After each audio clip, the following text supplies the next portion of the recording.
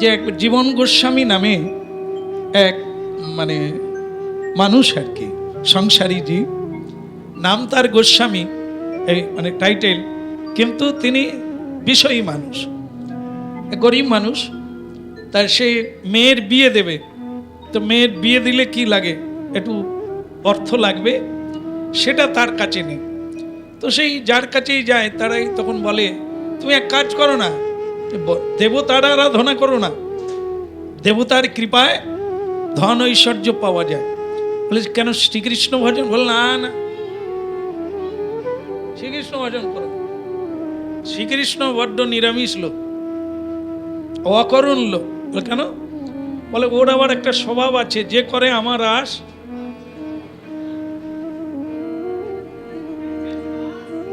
এটা কিন্তু বেশিরভাগ লোক জানে যে ভগবানের ভজন করলে নাকানি চুমানি বেশি খেতে হবে, তার চাইতে কালী পুজো, শিব পুজো, দুর্গা পুজো করো, তাড়াতাড়ি বড় লোক। এই জন্য দেখবেন পৃথিবীতে দেবদেবীর পূজার প্রচার বেশি, তাই না? শ্রীকৃষ্ণ পূজাতে খুব কষ্ট আছে। হ্যাঁ, যাই হোক, আপনারাও যেটা ভালো লাগে করবেন, নাহলে আবার আমার নাম বলবেন। উনি বলেছিলেন,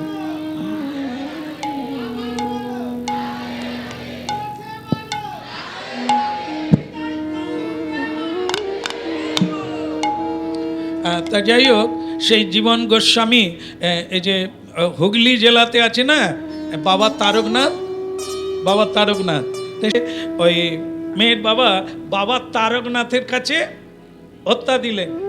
তা হত্যা দিয়ে 3 দিন পড়ে আছে। বাবা বাবা গো, গোস্বামী বাড়িতে জন্ম পেয়েও আমার দুর্দশার শেষ নাই, না অর্থ পেলাম, না সম্মান পেলাম, না বৈষ্ণব হলাম, কিছুই হতে পারলাম না। তা তুমি তো পরম বৈষ্ণব ঠাকুর, তুমি একটু কৃপা করো যাতে আমার মঙ্গল হয়, মেয়ের বিয়েটা দিতে পারি এমন একটা ব্যবস্থা। তুমি তো অনেককে অনেক কিছু দিয়েছো বাবা, তোমার কাছে অষ্টসিদ্ধি আছে বাবা, তা তুমি কৃপা করো, মেয়েদের বর জুটিয়ে দাও। তা আমাকে কিছু অর্থ দিলে তো তোমাকে আমি পুজো করি। তা ভোলানাথ 3 দিনের মাথায় একটা স্বপ্ন দিলে, কৃপা করলে। ত্রিশূলধারী আর এই ডম্বুরা, হ্যাঁ, বম শঙ্কর,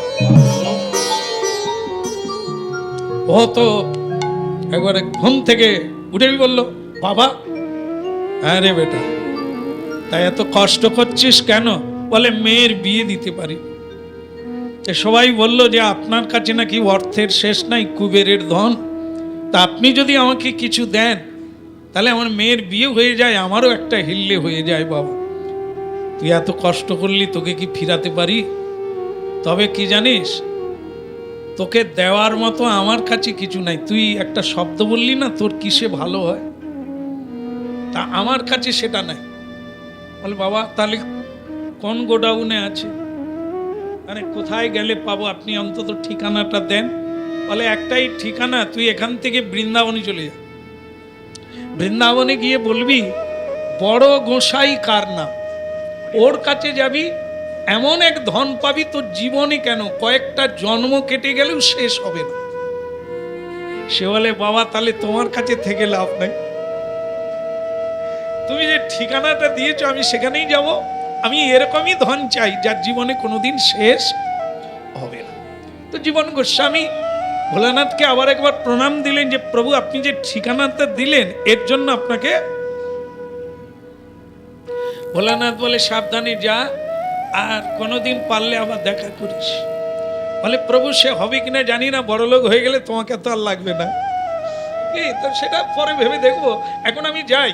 হ্যাঁ, তাই চলে গেলে এই তখনকার দিনে এরকম মানে প্যাঁ করে গাড়ি উঠবে, হ্যাঁ করে পৌঁছে, হেঁটে হেঁটে হেঁটে হেঁটে ক্লান্ত হয়ে গেল, বৃন্দাবনে গিয়ে উপস্থিত হয়ে গেল নিতাই গৌর। তা বৃন্দাবনে গিয়ে রাধা রানী জয়, মহারানী জয়, রাধা রানী জয়, মহারানী জয়, রাধা রানী জয়, মহারানী জয়, রাধা রানী জয়, মহারানী জয়, রাধা রানী জয়, মহারানী জয়, রাধা রানী রাধে কি জয়, রাধা রাধে কি জয়, রাধা রাধে কি জয়।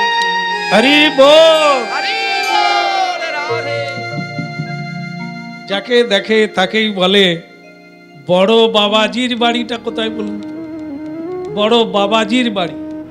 আর সকলে অবাক হয়, তুমি বাড়ি খুঁজছো না বড় বাবাজির ভজন কুটির খুঁজছো? মানে কুটির টুটির না, বাড়ি। কারণ ভোলানাথ আমাকে পাঠিয়েছে মানে নিশ্চয়ই তার রাজপ্রাসাদের মতো বাড়ি হবে, নাহলে ধন সম্পদ রাখবে কোথায়? এই জন্য বলছে বড় বাবাজির বাড়িটা কোথায়। সকলে তখন বলে এখানে বড় লোকের বাড়ি অনেক আছে, কিন্তু বড় বাবাজির কোন বাড়ি নেই। বাবাজি মানে কি? সাধু। তো সাধুর আবার বাড়ি আছে নাকি? সাধুর পাতা লতা দিয়ে ভজন কুঠি আছে, বাড়ি নেই। তাহলে বড় বাবাজি বলে একজন বড় বাবাজি বৃন্দাবনে, দ্বিতীয় কোনো বড় বাবাজি নাই। যার নাম সনাতন গোস্বামী তারই নাম বড় বাবাজি। কেন? ও তো ওসব সনাতনেও কাজ নাই আর রূপ জীবেও কাজ নাই। তার দরকার হচ্ছে বড় বাবাজিকে, তার অর্থ দরকার, তা সেটা পেয়ে গেলেই সে চলে যায় ওসব বাবাজি টাবাজি মাথা। বলো রাধে রাধে। আপনারা জানেন বড় বাবাজি বৃন্দাবনে যাননি? কি হলো, এ পাড়ায় কেউ যায়নি? হ্যাঁ, তাহলে আপনারা জানবেন। এ পাড়ায় জানেন? বলুন তো কোথায় মা বড় বাবাজির সনাতন গোস্বামীর বাড়িটা? না, বাঁকে বিহারীর মন্দিরের কাছে নয়, ইমলিতলা। হ্যাঁ, ইমলিতলার পাশে মদনমোহন মন্দিরের পাশে আজও তার সমাধি আছে, ভজন কুটি আছে, যেখানে তিনি ভজন করেছিলেন। তখন যমুনা ওই পর্যন্ত ছিল, এখন যমুনা অনেক দূর চলে গেছে। যাই হোক, সকলেই দেখিয়ে দিলেন যে ওই যমুনা নদীর তীরে বড় বাবাজির কুঠিয়া আছে, আপনি ওখানে গিয়ে একবার তালাশ নিতে পারেন। হ্যাঁ, রাধে রাধে। আচ্ছা, আপনাদেরকে একটা কথা বলি, আমি বুঝতে পারিনি রাধে রাধে করেন কেন? মেয়ে মানুষের নাম, কোন পুরুষ নাই বৃন্দাবনে নাকি? হ্যাঁ, আরে আমি শুনেছি শ্রীকৃষ্ণ বৃন্দাবনে জন্ম নিতে, আপনার শ্রীকৃষ্ণ বলেন না কেন? খালি রাধে রাধে করেন। তো তখন বৃন্দাবনের একজন বলছে, আসলে সর্বশ্রেষ্ঠ যিনি তারই নাম গাইতে হয়। বলে তা মেয়ে মানুষ বড় হলো, পুরুষ হলো না কেন? কৃষ্ণ বড় নয় কেন? বলে কৃষ্ণ কি করে বড় হবে? সেও তো কিছু পাওয়ার জন্য ওই মেয়েটারই পায়ে ধরে। স্বয়ং শ্রীকৃষ্ণ যদি রাধা নাম জপ করে, তা আমরা করব না? সেসব কথা পরে, এখন আমার টাকার দরকার। হ্যাঁ, বড় বাবাজি, বাবাজি দেখে তার ঘরে চাঁদও দেখা যায়, সূর্যও দেখা যায়। তো ভাঙা ঘর, কুড়িয়ে বাড়ি, সে তো প্যান নাম করেই ভাবছে তো ভুল ঠিকানাই এইছি। আরে এ লোক নিজেই পয়সা করি পায়নি, মানে দান দক্ষিণা দিলে তার পেট চলে, এ তো অবস্থা খারাপ। এ আবার একবার মুখ বাড়িয়ে দেখে তারই ভেতরে বসে আছে, হাঁটুর উপরে ধুতি পরা, তাই আবার গাঁট দেওয়া, মানে টেলারিং বোধহয় নাই, গাঁট দিয়ে বেঁধে রাখছে ছেঁড়ার জায়গাগুলো, আর একটা ওড়না কোন রকম এরকম দিয়ে রাখছেন, তাতে জপ করে যাচ্ছে হাস্যবদনে। ও খালি বলে, বাবাজি এক মিনিট আমি ভুল ঠিকানায় এইছি বাবা, আপনি একটু বলে দিতে পারেন বড় বাবাজির বাড়ি কোথা? সনাতন দেখলো যে আমাকেই লোকে বড় বাবাজি বলে, এ বোধহয় অন্য কোনো বাবাজিকে খুঁজছে। বলে বাবা তুমি একটু বলবে সে কি করে, সে বাবাজি কি করে, তুমি যে তাকে খুঁজছো, সে বড় বাবাজি কি করে? পয়সা কামায়। সে, আমি শুনেছি ভোলানাথের কাছে সে সব সময় গুনছে।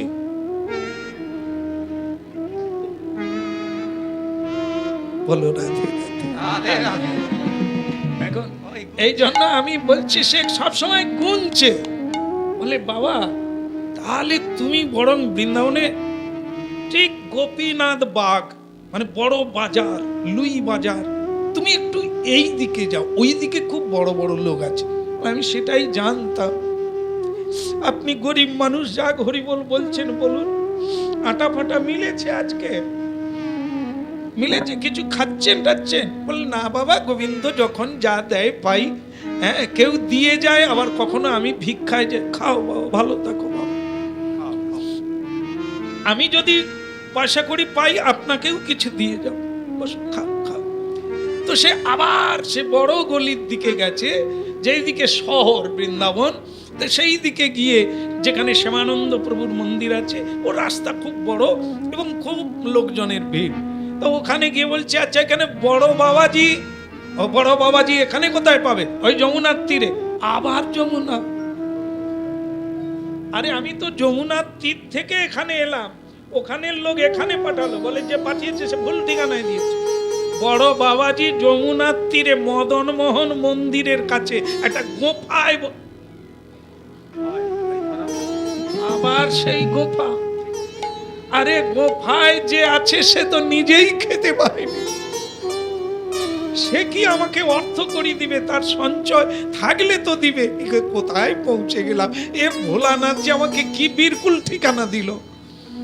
শেষকালে আবার পা পা করে যাচ্ছে, যাকে দেখ, ভাই বড় বাবাজি, ওই ভাই বড় বাবা, ওই সকলেই সেই কুঠিয়া দেখা।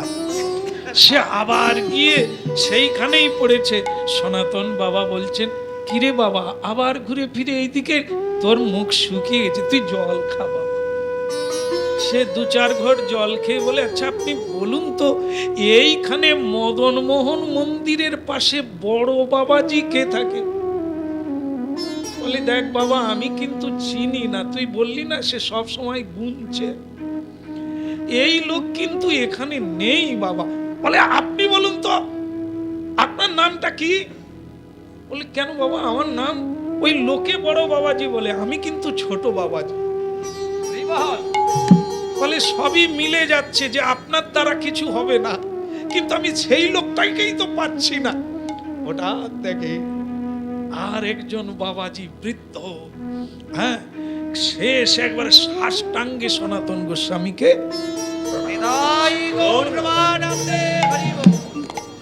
বড় বাবাজি আপনার দয়া না হলে রাধারানীর কৃপা হবে না, রাধারানীর কৃপা না হলে কৃষ্ণকে পাবো না, কৃপা করো। সে তখন জীবন গোস্বামী বলে, এ লোকটাও বোধহয় তাকে খুঁজছে। আরে শোনো শোনো বাবাজি, তুমিও তো আমার লোক, আমিও তো তাকে খুঁজছি, ইনি তিনি নয়। সে উঠে বলে, এই পাগলা লোকটা আবার কি? আরে বাবা তুমি কাকে খুঁজছো আমি জানি না, আমি তো বাবাজিকেই খুঁজছি। বলে ইনি বাবাজি, ঠিক আছে বড় বাবাজি তো নয়। বলে বৃন্দাবনে একমাত্র বাবাজি ইনি, এনারই নাম সনাতন গোস্বামী। ইনি পূর্বে ওই যে আমাদের বাংলার রাজা ছিলেন তখন, নাম কি? হুসেন শাহ, ইতিহাসের পাতায় লেখা আছে। তার মন্ত্রী ছিলেন ইনি, সচিব, দুই ভাই রূপ আর সনাতন। এখন ইনি সর্বত্যাগী হয়ে বৃন্দাবনে শ্রীকৃষ্ণ। এইবার তার মনে পড়লো ইনি তিনি, তার মানে ভোলানাথ যে পাঠিয়েছে ওই যে চাকরি করতেন,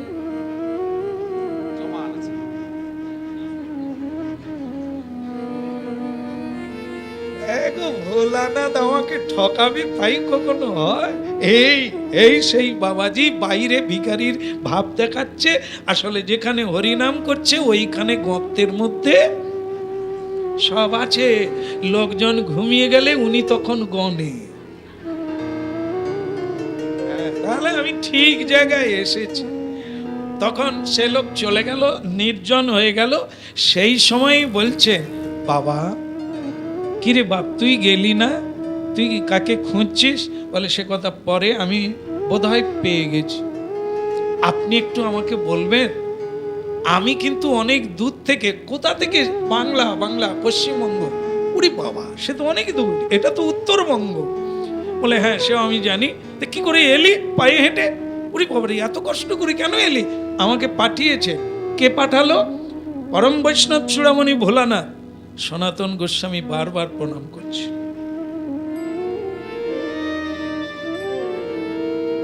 আহারে কি সৌভাগ্য তোর, ভোলানাথ তোকে পাঠিয়েছে রে।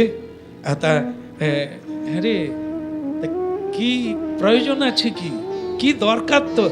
আগে আমার মেয়ের বিয়ে দিতে পারি না, কিছু পয়সা কড়ির দরকার, তাই ভোলানাথের কাছে ধন্না দিলাম। ভোলানাথ ঠিকানা দিলেন, বৃন্দাবনে বড় বাবাজির কাছে গেলে তোর সব ইচ্ছা পূর্ণ হয়ে যাবে, অভাব মিটে যাবে। এখন অনেক খুঁজাখুঁজির পরে এই বাবাজি আর বড় বাবাজির মধ্যে আপনি শ্রেষ্ঠ। বলুন না, ভোলানাথ আমাকে পাঠিয়েছেন, আপনি কি আমার আশা পূর্ণ করবেন না? সনাতন গোস্বামী প্রথমেই রেগে গিয়ে বললে, এই তোরা বড্ড জ্বালাস না, সব ছেড়ে হরিভজন করতে এলাম, এখানেও এসে জ্বালা। আমি কি এখন মন্ত্রিত্বে আছি না রাজা হয়ে বসে আছি? যা এখান থেকে। দাঁড়া দাঁড়া দাঁড়া দাঁড়া, অন্য কেউ পাঠায় আলাদা, ভোলানাথ পাঠিয়েছে মানে? তার মানে তিনি কি ভুল ঠিকানা দেবে? আমার নাম বলেছে, তার মানে আমার কাছে বোধহয় কিছু আছে। দাঁড়া বাটা, তুই বস, তুই একটু গুড় বাতাসা খা, সন্দেশ খা, আমি একটু মাথায় চিন্তা করি, কিছু না কিছু আছেই। নাহলে ভোলানাথ, আমরা হলে বলেই দিতাম ঝুটাবাদ, লোক ঠকানো লোক। কিন্তু সনাতন গোস্বামী বলছেন উনি যখন পাঠিয়েছে আমার কাছে নিশ্চয়ই, আরে মনে পড়ে গেছে, হরিব তোকে আর কোথাও যেতে হবে না, পাওয়া গেছে। পাওয়া গেছে? আরে ভোলানাথ বলেছে মানে তিনি জেনে পাঠিয়েছে। আমি একদিন যমুনায় স্নান করতে গিয়ে একটা পরশমণি পেয়েছিলাম। মানে পরশমণির গুণ হচ্ছে এটাই যে তাকে যে কোনো লোহা তাই ছোঁয়ালে, আপনারা পেয়েছেন নাকি? তা কি করে জানেন যে সোনা হয়ে যায়? তাই যাক, যদি পান ভালো কথা, আপনারা বড়লোক হন ভগবানের কৃপায়। বলো রাধে রাধে। সে জীবন গোস্বামী তো খালি বলে প্রভু নাম টাম পরে হবে, সেটা আগে দিয়ে দেন, সেটা আগে দিয়ে দেন। মানে তার একটা এটা দাবি, ভোলানাথ পাঠিয়ে দিয়েছে মানে তো নিশ্চয়ই ভোলানাথের জিনিস। হ্যাঁ আপনি দিয়ে দেন, তাড়াতাড়ি ফেলে দেন। সনাতন গোস্বামী বলে আসলে এখানে নেই বাবা, থাকলে আমি তোমাকে দিয়ে দিতাম। আর এত দামি জিনিস আপনি, ও আপনার কোথাও গোডাউন আছে বোধ হয়, কোথায় সেটা? বলে সে যমুনার তীরে বালির তলা। হায় মাথা খায়, সে আর আছে? আরে আপনি কি মাথা আপনার, আপনি ওই জিনিসকে বালি, আরে বলে ওই আমি ছুঁই না তো, ওই পেয়েছিলাম পা দিয়ে গর্ত করে বালি চাপা দিয়ে রেখেছি। ভোলানাথ যখন পাঠিয়েছে নিশ্চয়ই এখনো আছে, তুমি পাবে, তোমার চিন্তা। চল এবার গেল জীবন গোস্বামীকে নিয়ে। কিরকম দেখুন, একজনা অর্থ পাওয়ার জন্য মানে কি বলবো, এই পশ্চিমবঙ্গ থেকে উত্তরবঙ্গে হেঁটে গেছে, আর একজন পশ্চিমবঙ্গ থেকে উত্তরবঙ্গে গিয়ে ছোট কাপড় পরে হারাধে কৃষ্ণ বলে কীর্তন করছে। তার নাম ধনের দিকে লক্ষ্য, আর এর জড় জগতের ধনের দিকে লক্ষ্য। অস্থির হয়ে যাচ্ছে। বলুন না আর কত দূর? বলে এই তো এইখানে। বলে এইখানে কোথা? বলে তুই একটু বালি খুঁড় না, বালি খুললেই দেখবি পরশমণি বেরিয়ে আসবে। সে একবারই মানে উন্মাদ হয়ে গেছে। সেটা আপনারা জানবেন যে অর্থ পাওয়ার নেশা কিরকম। সেটা আবার কি, এটা অর্থ নয়, কি রাজার রাজা হওয়া যাবে। পরশমণি, সে একবার বালি খুলে ফেললো, কোথাও পাওয়া যায় না। সনাতন গোস্বামী এইখানেই রেখেছিলাম যে, সে আবার বাঁ হাত দিয়ে অত্যন্ত মানে ঘৃণা করে যেন হাতে না লেগে যায়। মানে সনাতন গোস্বামী এরকম করছে যেন মানে ওই কি রোগ বলে, সংক্রামক। তোমার কথা ঠিক আছে, ছোঁয়াচে রোগ, দূরে দূরে থাকবে, ছোঁয়াচে রোগ। হ্যাঁ, তাই সে অনেক সাবধানতার সহিত খুলছে। এইখানেই ছিল, তুই এখানেই খুলতো, পাওয়া যাবে, পাওয়া যাবে। জীবন গোস্বামী খোলা মাত্র পেয়ে গেল। অনেক খোঁজাখুঁজির পর পরশু উনি একবারে নিয়ে উপরে উঠে পড়ে যায়, মাথায় তুলে বুকে রাখে, বলে বাবাজি সত্যি আপনি বড় বাবাজি। তবে দুর্ভাগ্যবশত আপনি একে চিনেন নিয়ে কি জিনিস, তাই আপনি এরকম ছেঁড়া কাপড় পরে আছেন, ভাঙা ঘরের মধ্যে আছেন। আপনি ভালো থাকুন, আবার দেখা হবে, যদি কোনোদিন দেখা হয় কথা হবে। এখন চলি, ধন্যবাদ আপনাকে। জয় রাধেশ্যাম। বলো ভোলানাথ কি, বাবা ভোলানাথ কি, বাবা তারকনাথ কি। সে মানে পাগলের মতো ছুটে ছুটে। সনাতন গোস্বামী বলে, বাবা তুই নদী ওটা পড়ে যাবি, তুই সাবধানে যা, সাবধানে রাখবি রে, কেউ যেন সন্ধান না পায়, তুই আবার পাবি, তোর প্রাণ থাকবে কিনা সন্দেহ, তুই সাবধান। বলে সে আপনাকে বলতে হবে না, ও আমি পেয়ে গেছি মানে আমি সাবধান হয়ে যাই, কোনো সমস্যা নাই। নাচতে নাচতে গেল, এটা অনেকটাই রাস্তা গেল, হঠাৎ তার মাথায় একটা কি ঢুকলো, আচ্ছা এর কি আদৌ কোনো দাম আছে? না আপনাদের মাথায় ঢুকেনি কেন বলুন তো? যদি থাকে তাহলে যিনি এটাকে রেখেছে সে ভালো জামা কাপড় পরেনি কেন? তার ভালো বাড়ি নাই কেন? সে ভালো খাচ্ছে না কেন? ভিক্ষা করে খায়? আমার মনে হয় এর কোনো দাম নাই। হ্যাঁ, সে আবার ফিরে গেছে, গোসাই বড় বাবাজি। বলে ভাই আর তো কিছু নাই, যা ছিল দিয়ে দিয়েছি। বলে আর লাগবে না, এখন শুধু আমি জানতে চাই এটার কি মূল্য আছে? বলে আরে এটা পরশমণি। বলি কি করে বুঝি বলুন তো? বলে কেন তুই কিছু প্রমাণ চাস? তাহলে যা কোথাও লোহায় ঠেকা, কোনো লোহায় ঠেকাবি সোনা হয়ে যাবে। তো কি করে আগেকার দিন, কিছু মনে করবেন না বলি নাকি, আগেকার দিনে মা ঠাকুমারা কোমরে কি বাঁধতো? আরে ঘুমসি থাকতো, ঘুমসিয়ে কত কিছু, জাল কাঠিও থাকে। হ্যাঁ, যারা পড়েছেন জানেন। হ্যাঁ, ভূতে ধরবে না, রেখেছ মা, নালে ভূতে ধরবে। তো সেই জাল কাঠি থাকায় জীবন গোস্বামী ঠেকি দিয়েছে, আর যে ঠেকি দিয়েছে সে চকচক করছে। বলে গোসাই ঠিক আছে, বলে খাঁটি জিনিস আছে, এ পরশমণি, ছোঁয়ানো মাত্র সোনা হয়ে গেছে। মানে এত চালাক সে, অন্য কোনো লোহায় ঠেকায়নি, বাইরে কোনো লোহায় ঠেকালে ফেলে দিতে হবে, এটা কিন্তু এখানেই থেকে যাবে, এ নিয়েই চলে যাবে, তার জিনিস তো না। এই যে ঠেকিয়ে বলছে ঠিক আছে তাহলে আমি আসি। সনাতন গোস্বামী বল, বাপ এবার তোর বিশ্বাস হয়েছে তো? দেবতা কোনো দিন, ভোলানাথ মিথ্যে বলে না। তিনি যে পরমেশ্বর ভগবান, অভিন্ন কলেবর, শ্রীকৃষ্ণের অভিন্ন কলেবর রে বাবা, তাকে কোনোদিন অবিশ্বাস করিস না। কেমন পারলে প্রণাম করবি, তার দ্বারাই আজ তুই বড় লোক হয়ে গেল। হ্যাঁ, বলে বাবাজি তাহলে আমি, আচ্ছা বাবাজি জিনিসটা সম্পর্কে আমার পুরো বিশ্বাস, এটা ঠিকই আছে, কিন্তু একটা জিনিস আমার মাথায় ঢুকছে না, আপনার এই দুর্দশা কেন? এত দামি জিনিস থেকে আপনার এই দেখ বাপ, এসব তোকে বোঝালেও তুই বুঝবি না, তোর যেটা দরকার ছিল তুই তো পেয়ে গেলি। যা বাবা, এবার শান্তিতে যা, আমাকে একটু শান্তিতে থাকতে দে। এসব প্রশ্ন জেনে তোর কোনো লাভ হবে না রে বাবা। হ্যাঁ, তুই বরং যা চেয়েছিলি ভগবানের কৃপায় তুই পেয়েছিস, যা সুখে থাক, ভালো থাক, খাওয়া দাওয়া করবি, আনন্দে থাকবি, যা চলে যা। না বাবাজি, আপনার কাছে এত দামি জিনিস থেকে তার ব্যবহার আপনি করেন না, তার মানে কি এর থেকে দামি জিনিস আপনার কাছে আছে? তাই সনাতন গোস্বামী বলে, এ তো জ্বালালো দেখছি, পেয়ে গেছিস চলে যা, এবার আমার ব্যক্তিগত জীবনধারা জানতে চায়। দেখ বেটা, দেখ আমি কিছু বুঝি না, আমার কাছে অর্থের কোনো মূল্য নেই, পরশমণির কোনো মূল্য নেই, সংসারের কোনো মূল্য নেই। আমার কাছে সংসারের সার যিনি, আমার গোবিন্দ, আমার রাধা। আমি জীবন মন প্রাণ তাকেই দিয়েছি, তাকেই আমি চাই, আর আমি এ জগতের কোনো বস্তু চাই না। তুই চেয়েছিস, তুই পেয়েছিস, এখন তুই চলে যা। তখন সেই জীবন গোস্বামী বলছেন, সাধুজি, আমি ভোলানাথকে একটা কথা বলেছিলাম যে আমার কিসে ভালো হয়, ওনার কাছেই সকলে পায়, কিন্তু উনি আমাকে বৃন্দাবনে পাঠালেন কেন? আমার ভালোর জন্য।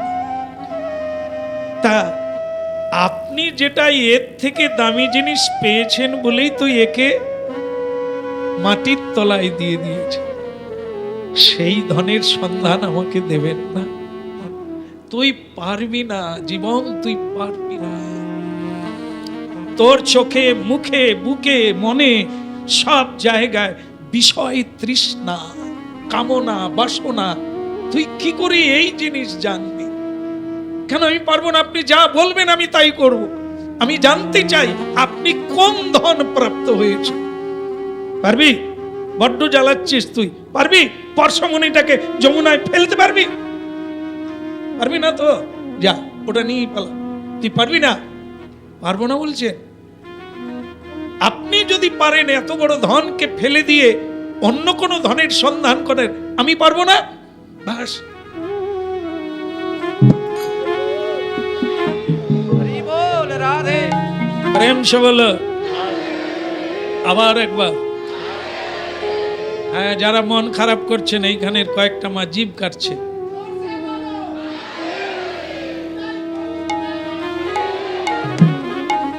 কয়েকজন মায়েরা জিভ কাটলো, অত দামি জিনিস ফেলে দিল। আমি ঠিকানা দিয়ে দেবো, আপনারা পেতেও পারেন। বলো রাধে রাধে। এখন মজার হলো, যমুনায় ফেলে দিলে, এ দামি জিনিস ফেলে দিয়ে সনাতন গোস্বামীর পায়ে পড়লে, এইবার আমাকে কৃপা করুন। সনাতন গোস্বামী বললেন, এইবার তুই অধিকারী হয়েছিস, পাবি সেই ধন। হরি বল। কোন ধনের ধনী হইয়া মনিরে না মানো মনি, সেই ধন আমি প্রার্থনা করি। পরশমণির চেয়ে কোন দামি জিনিস আপনি পেয়েছেন যার জন্য মনিরে না মানো মনি? আমি সেই মনি চাই। তখন সনাতন গোস্বামী বলে, যা, তোর হয়ে যাবে, তুই স্নান করে আয়, আমি তোকে সেই মনি দেব। নিতাই গৌর প্রেমানন্দে। সে মনির নাম হচ্ছে, আজ আপনারা যত্নের সহিত যে কথা শুনছেন, নাম চিন্তামণি কৃষ্ণ। নিতাই শ্রী রাধে। নাম নমকারী বহুধা, এই সেই নাম। এই নাম মন মনি, মনির মনি চিন্তামণি। যত চিন্তা করবে, যত ভাববে, আপনার হৃদয়ে ভেতরে ততই এই মনির বৃদ্ধি হবে, এর মূল্য বৃদ্ধি হতে থাকবে। নিতাই গৌর হরি বল। জীবন গোস্বামী আর বাড়ি ফিরল না, বৃন্দাবনেই থেকে গেলেন, হরি ভজন করলেন। সনাতন গোস্বামী ভজন শিক্ষা দান করলেন, আর তিনি যমুনার তীরে থেকেই হরি ভজন শুরু করলেন।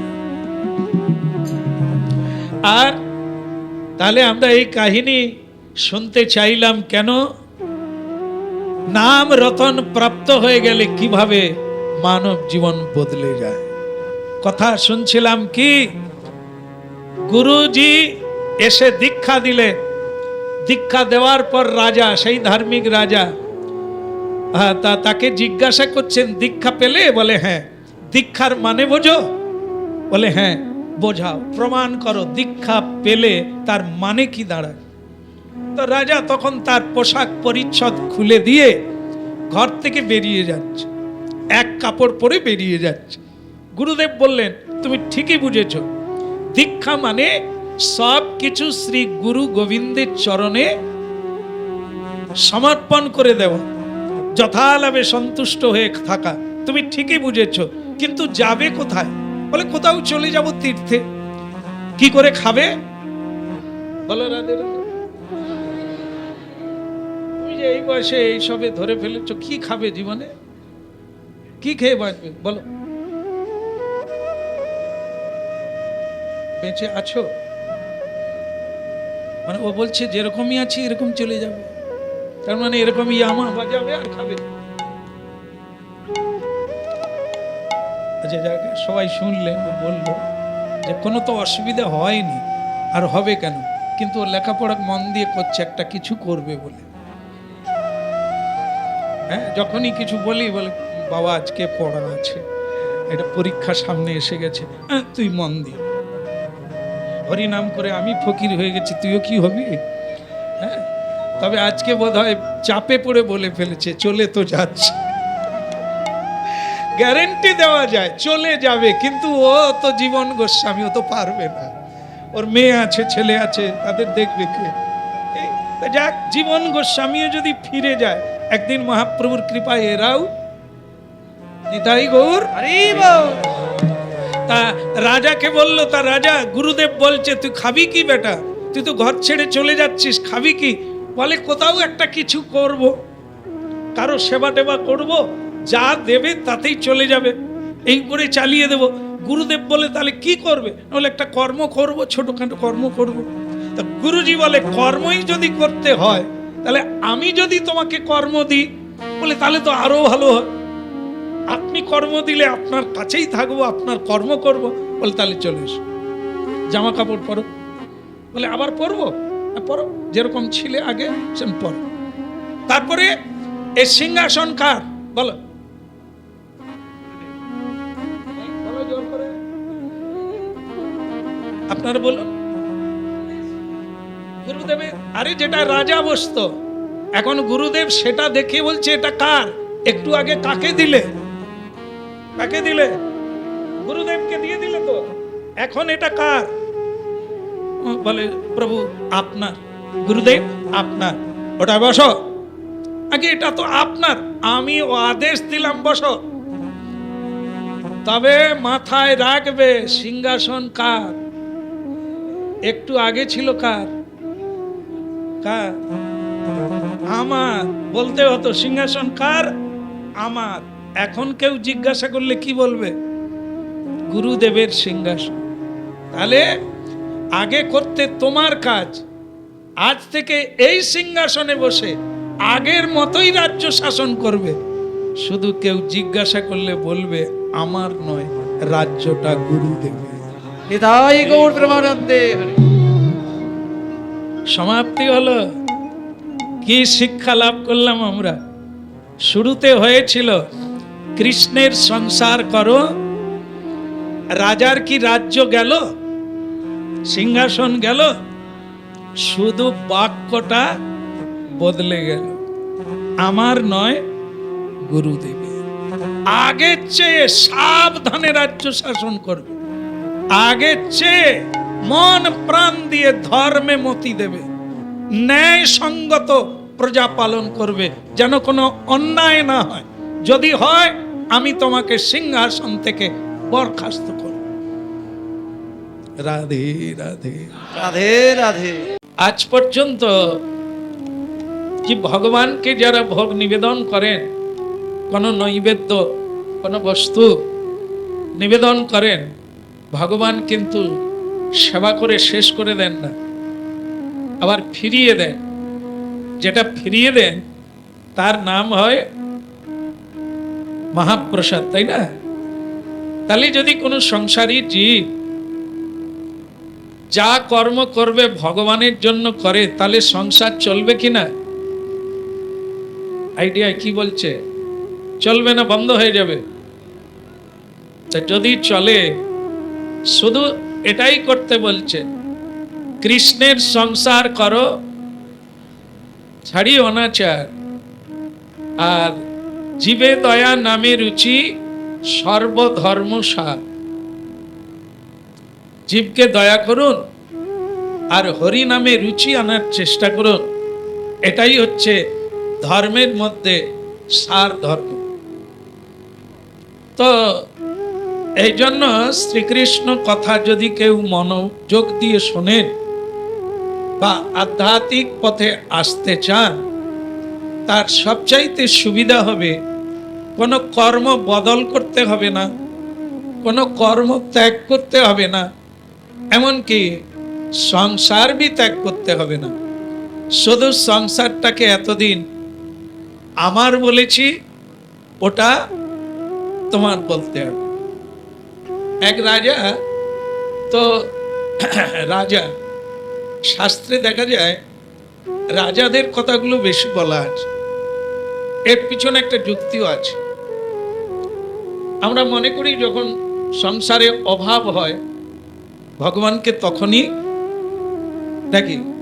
এই জন্য কিছু কিছু লোক বলেন পেটের জ্বালায় হরিনাম কর। কিসের জ্বালায়?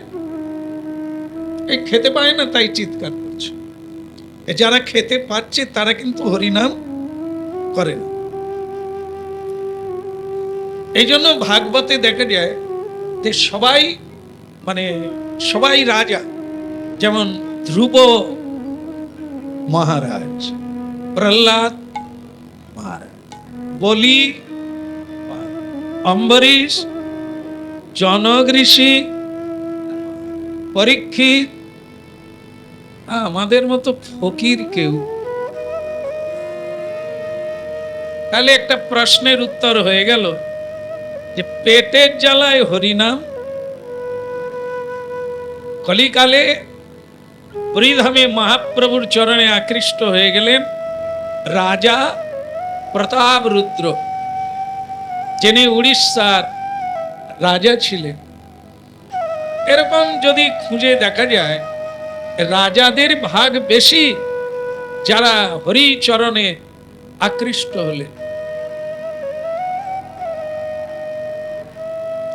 তো এই জন্য যে পেটের জ্বালায় হরিনাম করে এটা ভুল।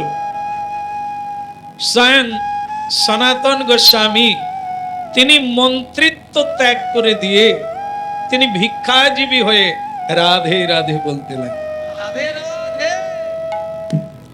তা এগুলোর দ্বারা জানা যায় যে রাজা এত ধনী মানি ভোগ ঐশ্বর্য থেকেও তিনি সর্বস্ব ত্যাগ করে কৃষ্ণ ভজন করছেন।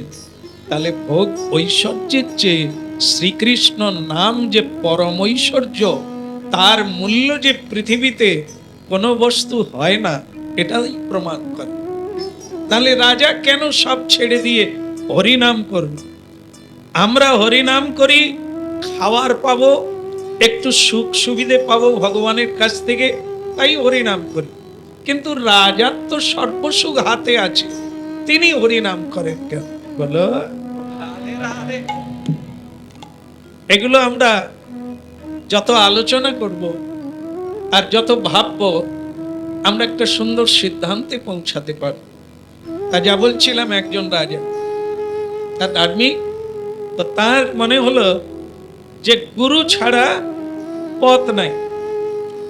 এই বিভ্রান্তিকর, এই অশান্তি, এই অসংযমী জীবনকে যদি স্থির করতে হয় তো একজন পথ প্রদর্শক গুরুর দরকার। তো তিনি মন্ত্রীকে দিয়ে একজন গুরুর ব্যবস্থা করলেন, যিনি পরম তত্ত্বজ্ঞানী ভগবত ভক্ত। তো বললেন যে আপনি যদি অনুমতি করেন তাহলে রাজা একবার আপনার চরণ দর্শনে আসবেন। গুরুজি বললেন বেশ তো, বেশ তো, তার সদিচ্ছা জেগেছে, তা আমি না করব কিভাবে? তা তাকে আসতে বলল। স্বয়ং মহারাজ তিনি গিয়ে গুরুজির চরণে প্রণাম দণ্ডবোধ করলেন, ভক্তি প্রণাম করলেন, কিছু বস্তু নিবেদন করলেন। তারপরে প্রশ্ন উত্তর শুরু হল। সেটা বললেন যে হে গুরু, মানবের কর্তব্য কি, মানবের লক্ষ্য কি, আর মানুষ তার সবচাইতে বড় কোনটা কর্তব্য, কোনটা করা উচিত আপনি যদি বলেন। গুরুজি বললেন তোমার প্রশ্ন খুব সুন্দর। রাজা হয়ে বিষয়ের কথা বললে না, বৈভবের কথা বললে না, তুমি আধ্যাত্মিক কথা বললে, এর জন্য আমি খুব প্রসন্ন।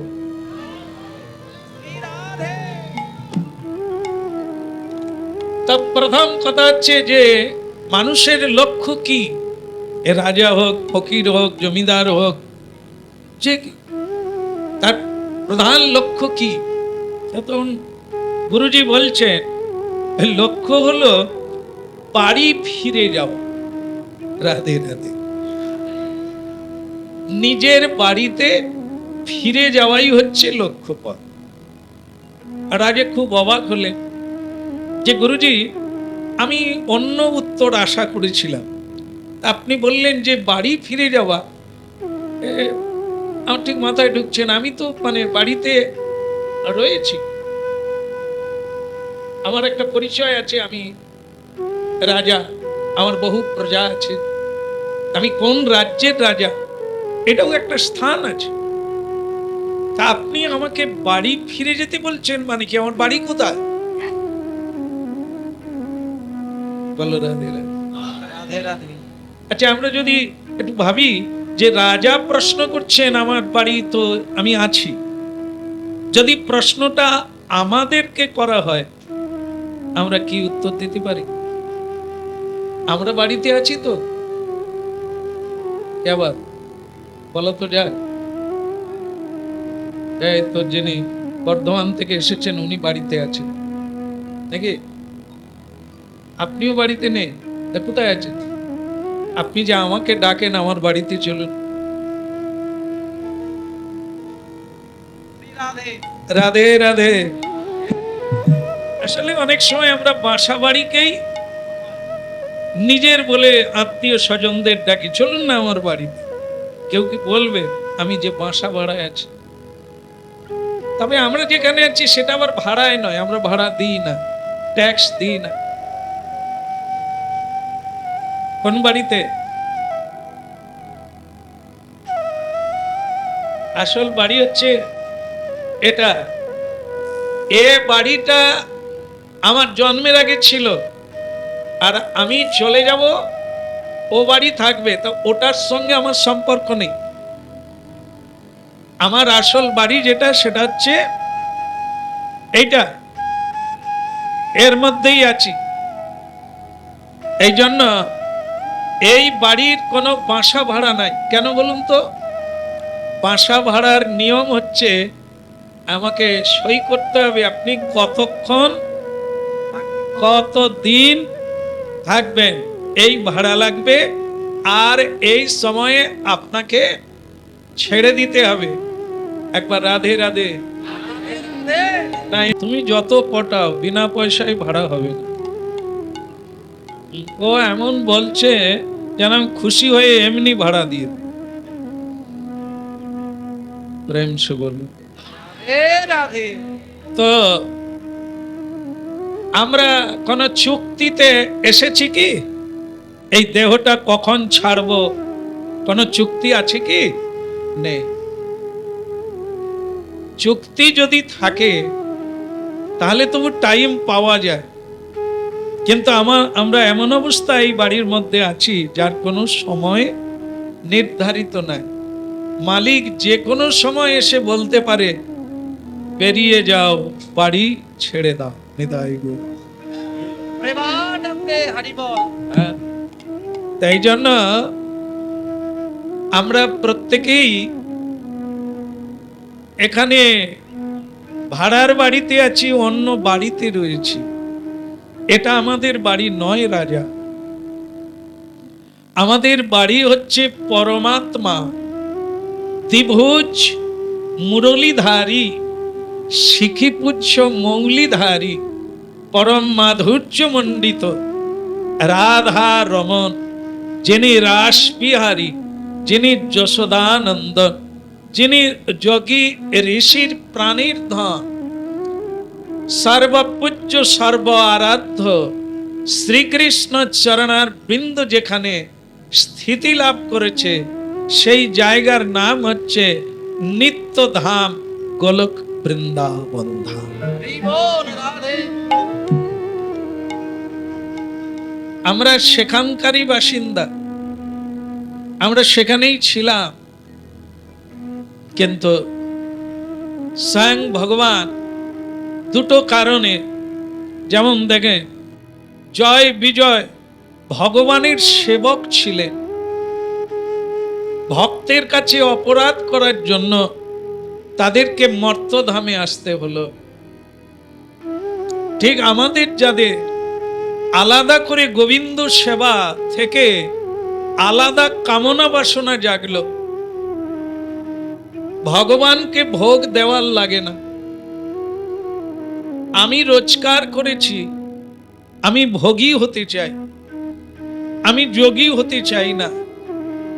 এই জন্য বিশ্ব পিতার সঙ্গে আমার গোলমাল বেঁধে গেল।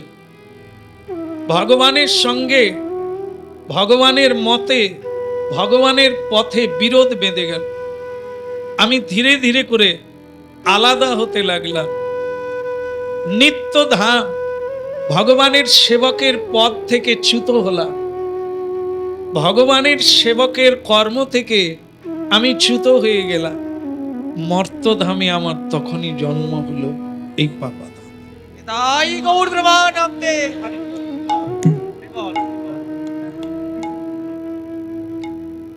ভগবান সঙ্গে করে ভক্তদের গোলক বৃন্দাবন থেকে মর্তধামে আসেন।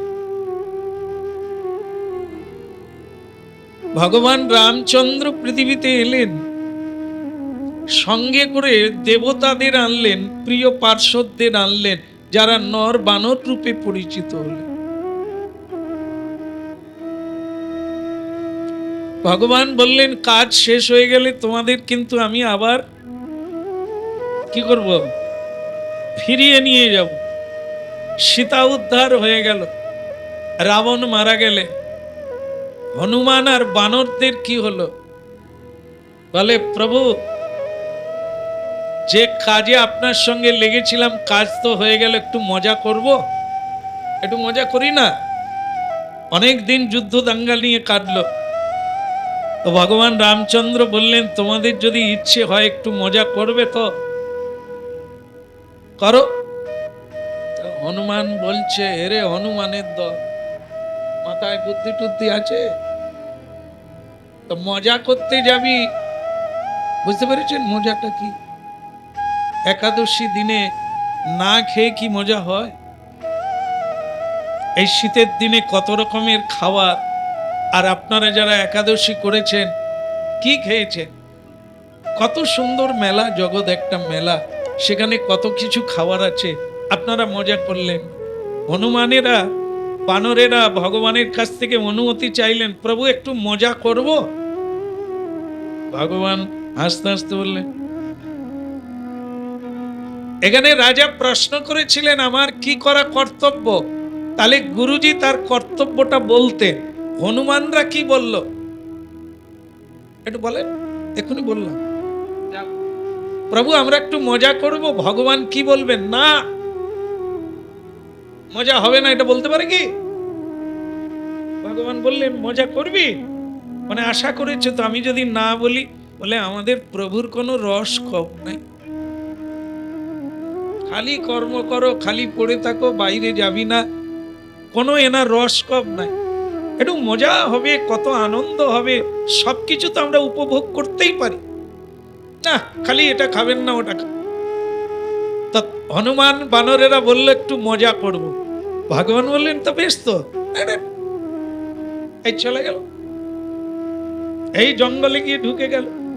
কারো আম পাড়ছে, কারো জাম পাড়ছে, কাঁঠাল খাচ্ছে, সবজি খাচ্ছে, বেমালুম খেতে খেতে যে কোন দিকে গেছে। আর সীতা উদ্ধার হয়ে গেছে, রামচন্দ্র কি আর থাকবেন? কি করবেন? চলে গেলেন, অযোধ্যায় ফিরে গেলেন। নর বানরদের কি হলো? তারা তো আর গলি খুঁজে পায়, কে কোন বাগানে ঢুকে গেছে আর বেরোতে কিসের লোভে? খাবার লোভে। আরে কেসা কেসা কেসা, আবার নূতন নূতন বানরীর সঙ্গে দেখা, তুমি কি সুন্দরী। শ্রীলঙ্কায় পরিচয় হলো কত বানরীর সঙ্গে, কিছু বানর তাদের সঙ্গে। ভারতবর্ষে রামেশ্বরম, যেখানে ভগবান রামচন্দ্র এপার থেকে ওপারে গিয়েছিলেন, সে জায়গাটার নাম হচ্ছে রামেশ্বরম।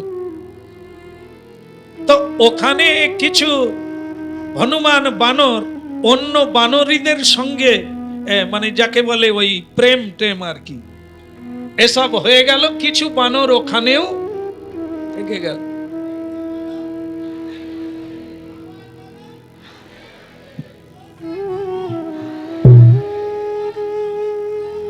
প্রেমানন্দে হরি বল।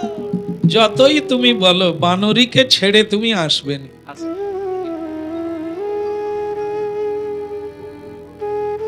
ভগবান ছাড়বে, গুরু ছাড়বে, তবু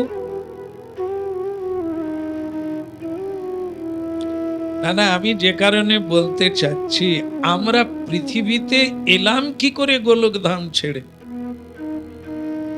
ভগবান বললেন আমার সেবা এখানেও করছিস তো ওখানে সেবা করবি, চল সহায়তা করবি। নর বানর সবাই এলো, কে যে কোন গলিতে ঢুকলো মাগো, আর সবগুলোকে আর পাওয়া গেল না। তারপরে আবার রামচন্দ্র বললেন চলো, আমি তো অযোধ্যায় ফিরে যাচ্ছি, তোমরা অযোধ্যায় যাবে। বলে সেখানে আর কি পাবো, এখানে তো ভালো জঙ্গল আছে, আমরা যাব, কোনো একদিন যাব, এখন কিছুদিন এখানে মজা করি।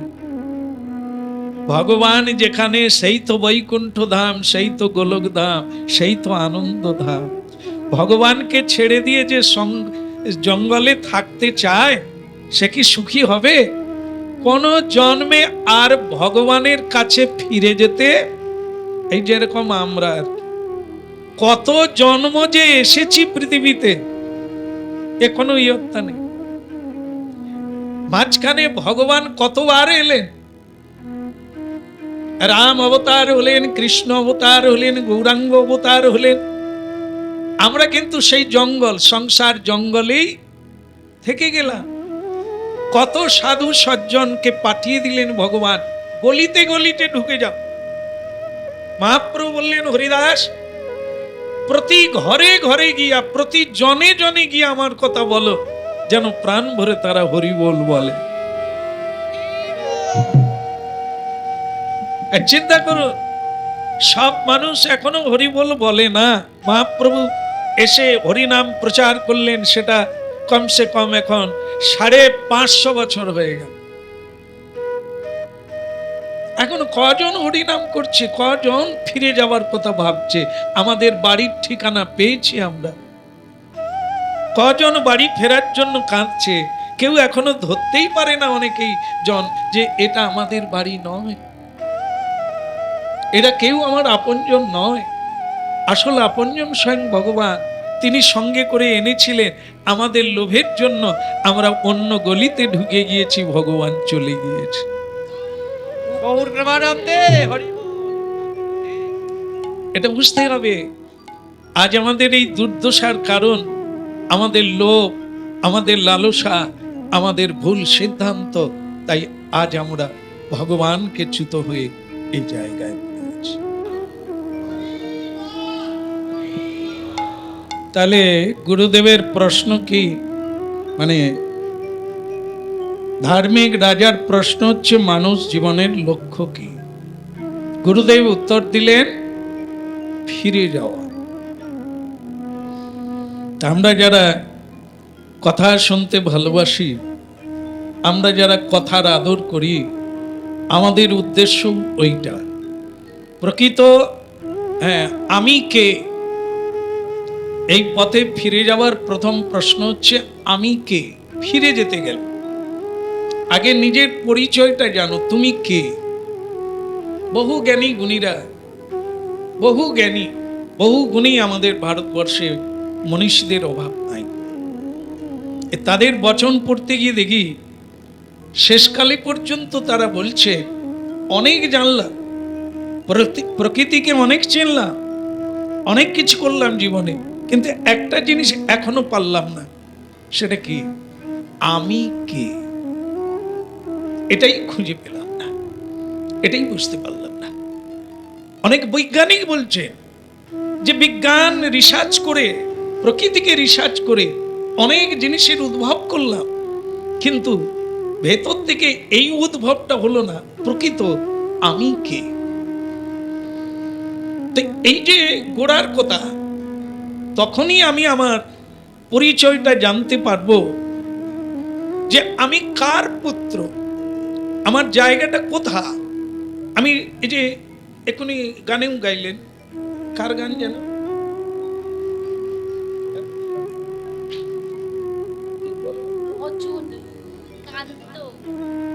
ইনি জিজ্ঞাসা করছেন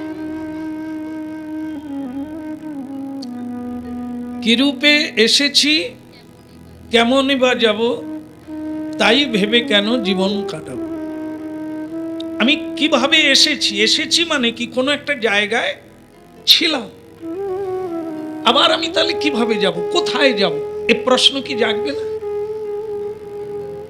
এসেছি মানে যেতে হবে, কিন্তু কোথায় যাব? সকলের ঠিকানা হয়ে গেছে? সকলে জানিনি বাবু ভগবান যেখানে।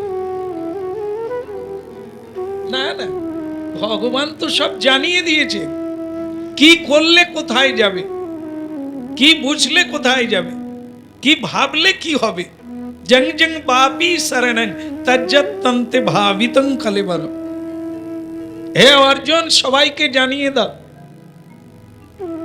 যে যেই ভাবতে ভাবতে এই কলেবরটা দেহটা ত্যাগ করবে, সেই ভাবনা অনুসারে তার পুনর্বার আবার একটি দেহ লাভ হবে, সেই জায়গায় পৌঁছাবে। প্রমাণ দিয়ে দিয়েছেন শ্রীমদ্ ভাগবতে। ভরত মহারাজ হরিণের কথা চিন্তা করতে করতে, তিনি ঋষি, তিনি মুনি, অনেক জপ ধ্যান করলেন, বেদ বেদান্ত জানলেন, কিন্তু শেষকালে তিনি হরিণ শিশুর উপরে আসক্তি চিত্ত হয়ে মারা গেলেন। তার ফলস্বরূপ কি হলো না, তিনি কি যেন ঘোড়া হয়ে জন্ম নিল। যাকে আপনারা বুঝতে পেরে গেছেন, আর বোঝানোর লাগবে না। তিনি যদি একজন ঋষি হয়ে, মুনি হয়ে মৃত্যুকালে হরিণের চিন্তা করে হরিণ হয়ে যায়, আমরা তো বেঁচে থেকেও তার চিন্তা করিনি, আর মৃত্যুকালে হওয়ার কোনো সম্ভাবনা নেই। তাহলে আমরা কি হব? এত স্পষ্টই বোঝা যাচ্ছে। আমরা যেটা ভাবছি, যেটা নাড়ছি, যেটা করছি, যেটার জন্য জীবন মন প্রাণ দিয়েছি, বাস সেই ভাবনাটাই আসবে। তাহলে আমরা যদি সেই ভাবনায় আসি, কি হবে? সেই রূপ জন্ম পাব। যেমন মনে করুন, বেশিরভাগ লোক যখন মধ্যম বয়স পার হয়ে গেছে, এখন একটা অন্য কান্নার সুর সকলের মধ্যে আসছে। সেটা কি বলুন তো? আর যা ভাবছিলাম তা হলো না, যা চাইছিলাম তা পেলাম না। কি যে করি, যাদের জন্য এত করলাম, যার জন্য এত সময় নষ্ট করলাম, আর সেখান থেকে কিছুই পেলাম না।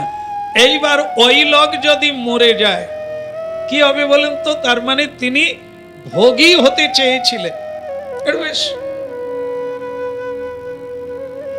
বৌমা চা দিয়ে যাও, একটু আরাম বেরাম একটু বেশ চাইছিলেন আর কি। বলো রাধে রাধে, ভালো আছেন তো? কি করে ভালো আছেন?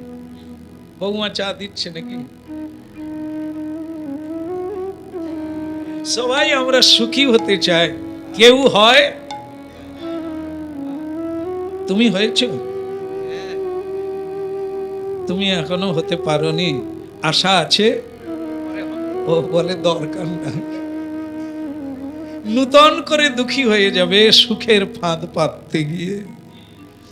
অতএব না সুখী না দুঃখী, শুধু কৃষ্ণ বলো আর রাধে বলো, তো চলো।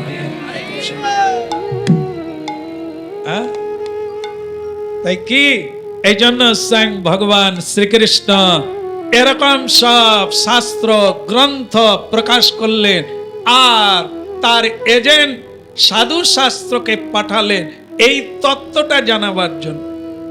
কেন আমরা জানছি না? কে আমি, কি মোর কর্তব্য? সাধু আমি বোধহয় আমার জীবনে মানে যত বেশি ব্যাখ্যা করেছি, সবচাইতে বেশি ব্যাখ্যা করেছি আমি কে।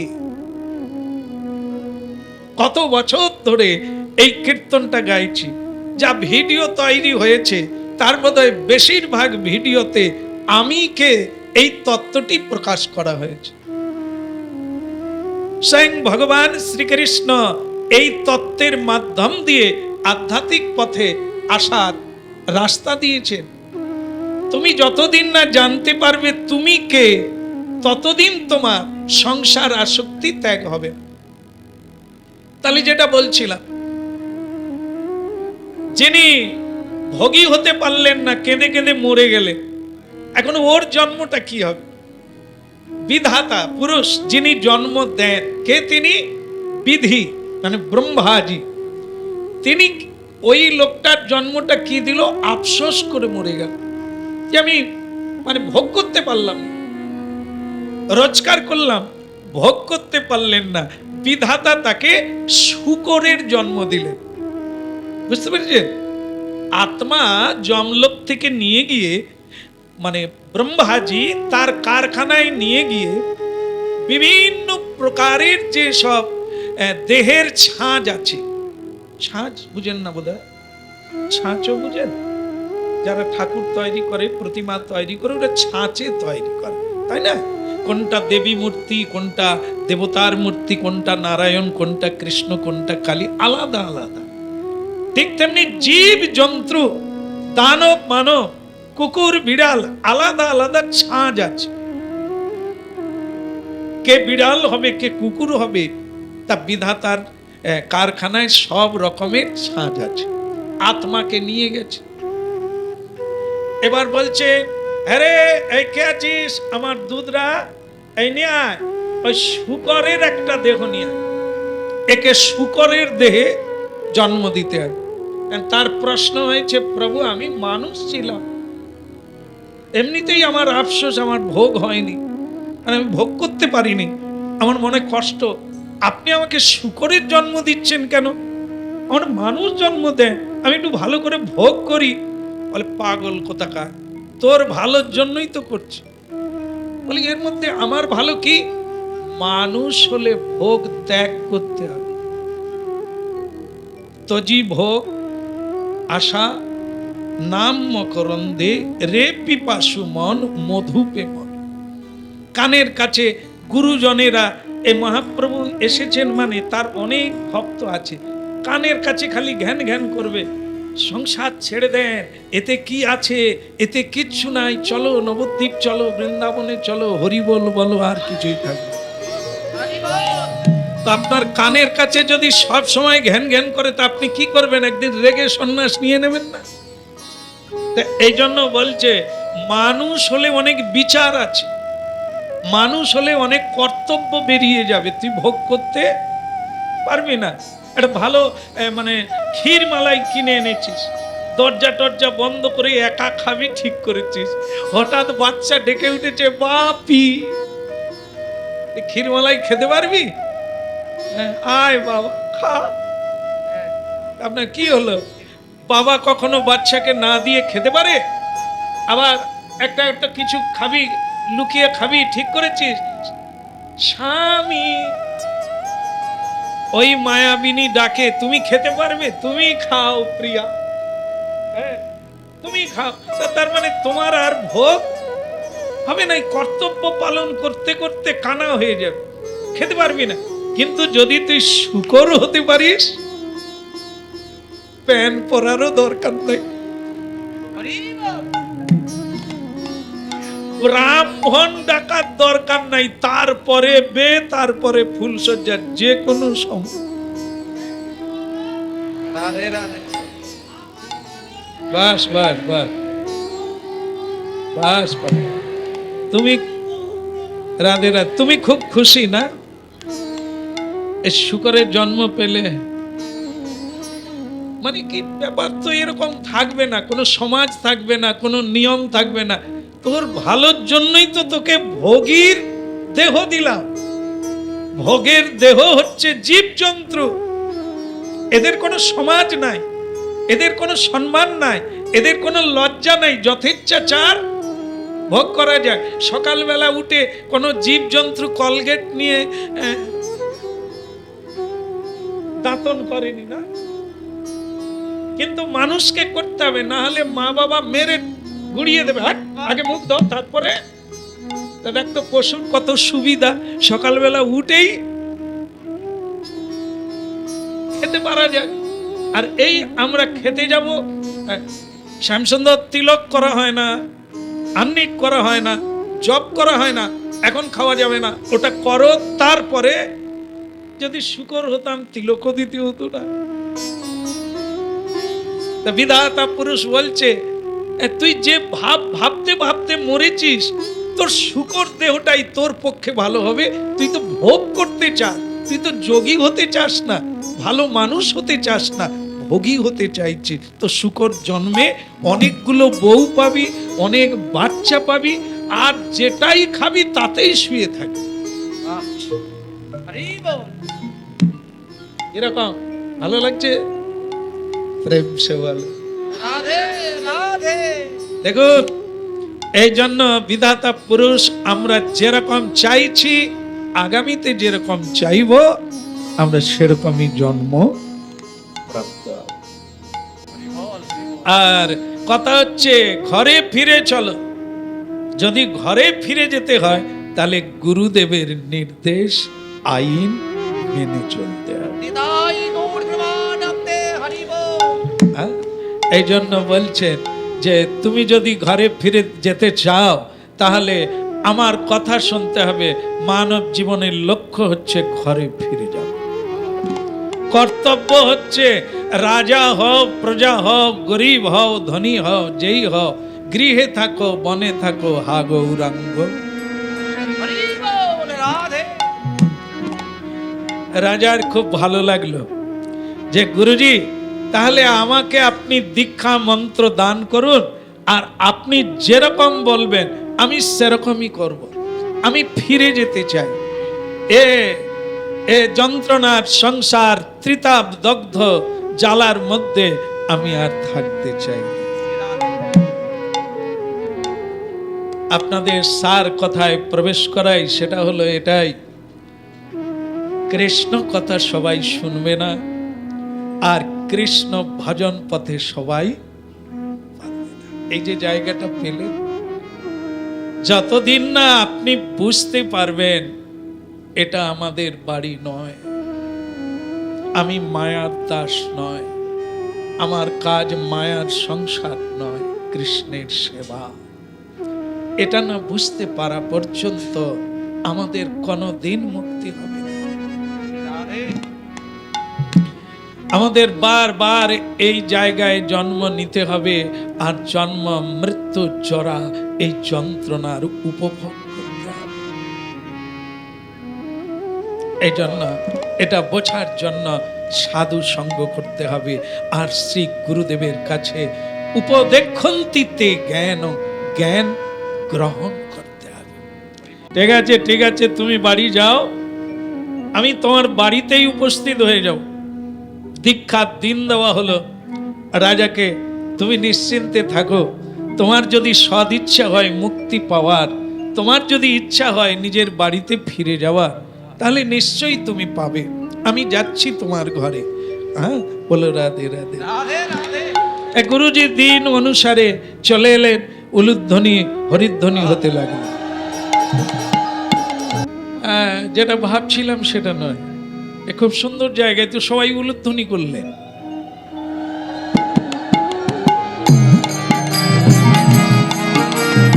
হরিধ্বনি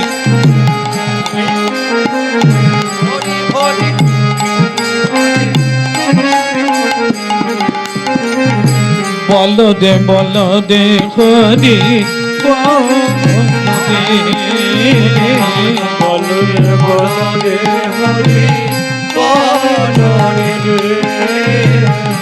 হরি বল হরি বল হরি বল ভাই রে, হরি বল হরি বল হরি বল ভাই রে। নামি বিনা কলিকালে আর গতি নাই রে, নামি বিনা কলিকালে আর গতি নাই রে। হরি বল হরি বল ভাই রে, হরি বল হরি বল হরি বল ভাই রে। হরি বল হরি বল হরি বল ভাই রে। হরি বল হরি বল হরি ভাই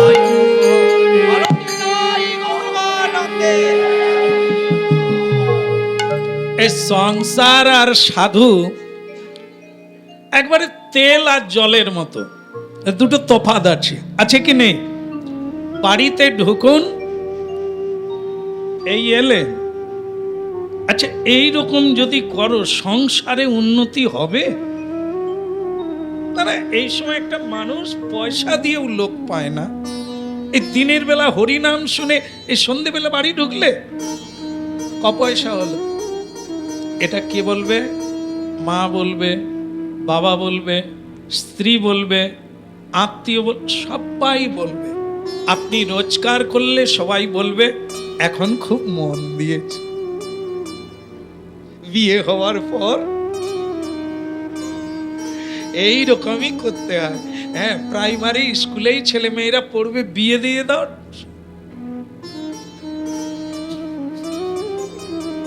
আর দেখেন না, ছেলেটা কাজ করছিল না, খালি যেখানে যেখানে হরিনাম হয় ছুটতো। এই বিয়ে হওয়ার পরে হ্যাঁ, তা কে বাঁধলো একে? কে? আপনারা তো নয়, সেই ভালো।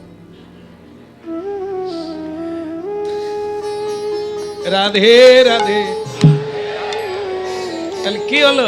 হ্যাঁ, এখন সেই ছেলেটাকে, তাহলে কি বাড়িতে ঢুকলে সবাই বলবে উন্নতি করো, অর্থ উন্নতি করো। আর ঠিক সাধুদের কাছে যান উল্টোটা বল, সংসার ছেড়ে দাও, এত আর কর্ম করো না, কি যেটুকু করেছো চলে যাবে। আরে খাওয়াটাই তো সার, বাকি যেটা রাখবে সেটা তো পড়ে থাকবে, ওটা নিয়ে কি করবে তুমি? বেকার খেটে কি হবে? যেটুকু পেয়েছো রাধে রাধে করো। আর এবার বলুন তো কিরকম বিপরীত? সংসার একরকম আর বাইরে সাধুরা আর এটা পুরো উল্টো। সংসারে যে কেউ বলবে আর দেখো তাদের কিরকম করে ফেললো, তুমি একটু এইরকম করো না। হ্যাঁ, চাকরিও করো, আবার একটা প্রাইভেট দোকান করো না, সেখানেও এসে বসবে। বলো রাধে রাধে। তা দুই দিকে হবে। যত অর্থ উন্নতি করবে সংসার তত খুশি হবে। আর সাধুদের কাছে গেলে সাধুরা বলবে যত আত্ম উন্নতি হবে, জ্ঞানের উদয় হবে, ভক্তিতে এগোবে, তোমার তত উন্নতি বলে পরিচিত। কোনটা ভালো? ভক্তি পথে উন্নতি করা ভালো না অর্থের উন্নতি ভালো? সবাই বলতে পারবে না, সবার এটা অভিজ্ঞতা নাই। এখন অর্থে যার জীবন চলছে তারা বলবে এটা আরো বাড়ুক না কেন, আমাদের আরো গয়না পাতলা ছিল মোটা হবে, ছোট ছিল বড় হবে, হবে না? আগে বাঁশের খাট ছিল, এখন চন্দন কাঠের খাট হবে। এটা হচ্ছে পয়সার কাজ। আর কৃষ্ণ ভক্তির কাজ কি? রাজা মহারাজাও বলবে ও সব কিচ্ছু লাগবে না, মাটিতে শুয়ে পড়বো হানি তাই বলে। দেখুন মহাপ্রভু বলছেন, শ্রীমদ্ ভাগবত বলছে শ্রীকৃষ্ণ ভজনে অর্থের টেনশন থাকবে না। কারণ কি? আপনি অল্পে সন্তুষ্ট হতে পারবেন, যার জন্য সেখানে বেশি অর্থ লাগে না। আর শ্রীকৃষ্ণ ভজন ব্যতি রেখে ঝুড়ি ঝুড়ি অর্থ দিলেও আজ পর্যন্ত কেউ বলতে পারবে যে আমার সংসার বলে দিয়েছে আর কিচ্ছু লাগবে না। এক এক বাড়িতে কীর্তন গাইতে যাই, তাদের বাড়ির মায়েদের গায়ের দিকে তাকাই,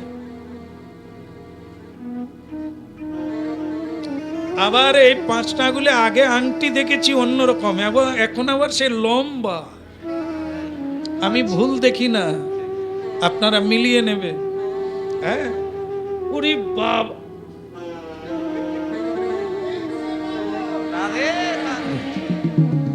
তো সে কি গয়না পরেছে। তারপরে হাত ধুতে গিয়েছি, তার শ্বশুর শাশুড়ি বলে দিয়েছে প্রভুর হাতে জল দিয়ে দাও। আমি বললাম কেন, বেসিং তো আছে, হাত ধুই। না না, আপনি একদিন এসেছেন, আমরা একটু সেবা করি। হাতে জল দিতে গিয়েই বউটা কাঁদছে। সর্বনাশ, কোন জলে হাত দেবো? আরে মা কি হলো? বলে আমি শান্তিতে নাই। কেন, আংটির কি অভাব আছে? সারা গায়ে গয়না ভক্তি, আর সে মেয়ে কাঁদছে। আরে মা কি? বলে কাউকে সন্তুষ্ট করতে পারি না, কি যা চাই তা পাই না। মা কোনোদিন হরিনাম শুনেছ? বলে মাঝে মধ্যে আপনার কীর্তনে একবার শুনি, তবে সব সময় শুনি না। মা আমার কীর্তন নয়, কীর্তন ভগবানের। একমাত্র শান্তি দেবে তার কথা শোনো। কিছু ছাড়তে হবে না, কিছু ধরতে হবে না, শুধু একটু শোনো। এ এমন এক ঔষধি না, তোমার অভাব মিটিয়ে দেবে। সংসার ছাড়তে হবে না, কারণ আমরা জীবনে পেয়েছি, কিছু লাগে না। এ এক অমুক জিনিস। কেন রাজা হুজুরটা পাগল হয়ে যায়? কেন রাজ্য ছেড়ে রাজা ফকির হয়ে যায়? কৃষ্ণ নামে। কুলবধূ কুল ত্যাগ করে, যোগী যোগ ছাড়ে এই হরি নামের জন্য। আত্মা রামেশ্চ মুনার গ্রন্থা অপ্ররুক্রমে, শ্রীমদ্ ভাগবতের একটি কালজয়ী শ্লোক মহাপ্রভু তার 68 প্রকারের ব্যাখ্যা করেছিলেন সার্বভৌমের কাছে। সেই শ্লোকটি ভাগবতের শ্লোক, যে হরিনাম এমন এক জিনিস, যারা আত্মারাম, তুমি আমি তো কা কথা, যোগী ঋষি তারা পর্যন্ত সব ছেড়ে হরিনামে কাঁদে। সেই হরিনাম না নিলে আমরা সুখী হব কি পেয়ে? রাজপ্রাসাদের মতো বাড়ি, হ্যাঁ, সোনা দোকান, সোনা ব্যবসায়ী, তার গায়ে সোনা ভর্তি, এত দামি শাড়ি, তবু সুখে নাই। হ্যাঁ, আর শ্যামসুন্দর প্রভু 100 টাকার নিচে একটা ধুতি পরে, সে সুখী, তার কাছে কাঁধে হাতে ধরে সুখের পথ দেখিয়ে দেন, শান্তির পথ দেখিয়ে দেন। হরিবল হরিবল। এ কোন ভাওতাবাজি নয়, এ কোন ঢপের কথা নয়, কাল্পনিক নয়, যুগ যুগ ধরে ইহাই সত্য। মহাভারতে বিদুর জেনেছিলেন, তাই তিনি তালপাতার কুটিরে ছিলেন। দুর্যোধন জানতে পারেনি, তাই তিনি অপরের সম্পত্তি কেড়ে ভোগ করতে চেয়েছিলেন। শ্রীকৃষ্ণ তাকে ধর্ম বোঝাতে চেয়েছিলেন, বিদুর ধর্ম বোঝাতে চেয়েছিলেন। মূঢ় দুর্যোধন শোনেনি, বিষয়ের উপভোগে মাতোয়ারা হয়ে গেল, আর হতে গিয়ে সর্বস্ব হারা হলো। যারা সর্বত্যাগী হয়ে বনে গেল, যারা ভগবানকে ছাড়া কিছুই বুঝলো না, রাজ্য ধন ত্যাগ করলো, পরিশেষে তারাই গোবিন্দকে প্রাপ্ত হলো। এর প্রমাণ আজও বিশ্ব সংসারে নানা ধর্মের মানুষ, শুধু এই বৈষ্ণব ধর্ম নয়, যে কোনো ধর্ম আছে, আজও কত মানুষ পাগল হয়ে গেল হরিনাম। এই জন্য জগৎটা একবার ঘুরে দেখতে হবে কোথায় কি আছে, নাহলে তোমার এই ভুল কোনোদিন ভাঙবে না। শুনতে গেলে এসব শুনতে হবে আর মিলাতে হবে জগতের সঙ্গে, তবে তোমার খুব তাড়াতাড়ি শান্তি এসে যাবে। শান্তি মানে কি? মমতা শূন্য হতে হবে, অহংকার শূন্য হতে হবে। আজকে গীতা পাঠ হচ্ছিল মন্দিরে সকাল 6টায়, সেখানে পাঠ করা হলো আজকে যে যত সংসারে মমত্ব শূন্য হবে, অহংকার শূন্য হবে, তত তুমি স্থিতিশীল হবে, আর ততই তুমি শান্তির দিকে